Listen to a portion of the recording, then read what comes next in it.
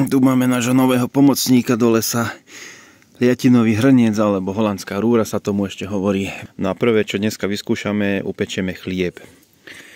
Na to som videl 3 rôzne spôsoby. Napríklad aj tento vrchnák, on je spravený tak, že má aj výstupky, no ako keby nožičky. A tam sa hodí to vykysnuté cesto, sa to prikrie, vlastne musí byť toto všetko už zohriaté a tak sa pečie chlieb. Alebo normálne sa to položí dovnútra, prikrie sa a navrch tiež sa nahážu uhlíky. No lenže my budeme dneska skúšať tú tretiu metódu, že v tomto si necháme vykysnúť cesto a keď to bude všetko už pekne zohriaté, vložíme to cesto aj s tou miskou nerezovou do toho, zavrieme, nahážeme uhlíky a bude chlebík. A ku gulášu bude dobrý. Ku gulášu bude dobrý. Už tu kysne, za chvíľu ho, ešte ho prekladám, takže za chvíľu, nevšak on bude väčší, on nakysne, len ešte ho prekladáme. No a ako sme sa dostali do tejto fázy, vám teraz ukážeme.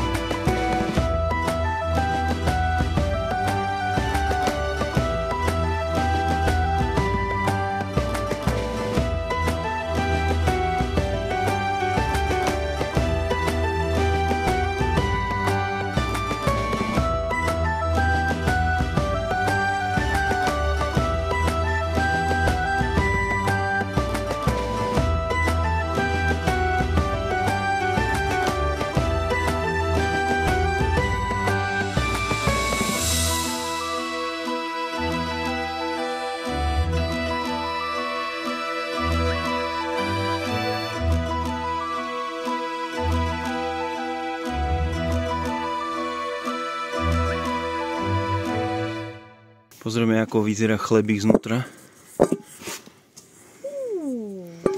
No skús ho. Taký mäkký je. Skús ho odkrojiť.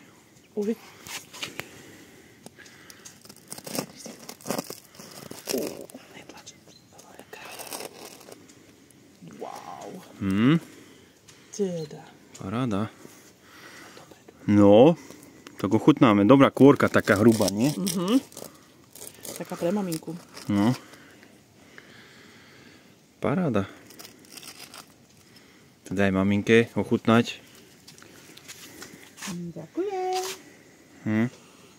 Voní. Dali si tam aj rastru? Hej. Tejko robil cesto. Ale veľmi dobré. To je ako výborný chleba.